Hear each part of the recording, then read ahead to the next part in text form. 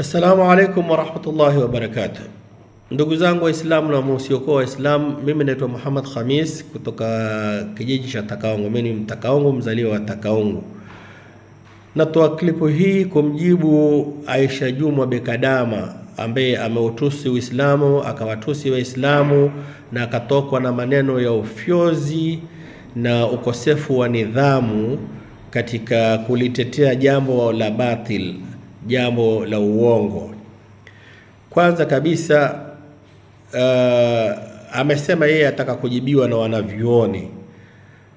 Pengine ataniuliza mimi, how do I qualify to be a mwanachuoni wa kumjibu yeye?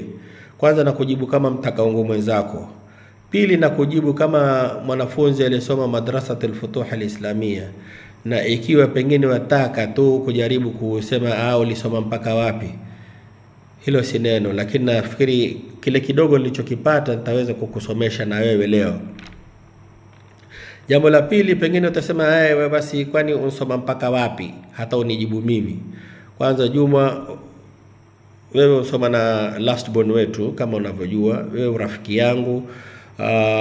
Ulipopata matatizo ya kushtakiwa kwa mauaji, wakumbuka tukizungumza na nikikuombea dua Mungu akusaidie.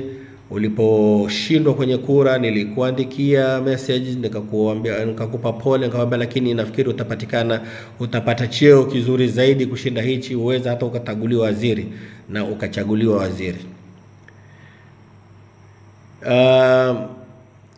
Kuqualify mimi kukujibu wewe kama mashekhe sijui, lakini nakwambia tu Uislamu si dini ya kinyama kama unavyoiita. Usitukane Uislamu.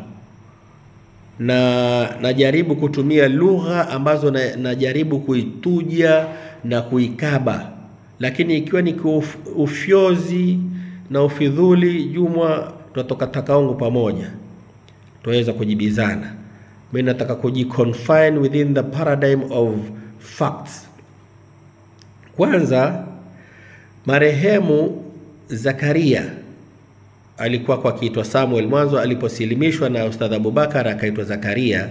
Aliyemuua ni ndugu yangu mimi Ainen Talib.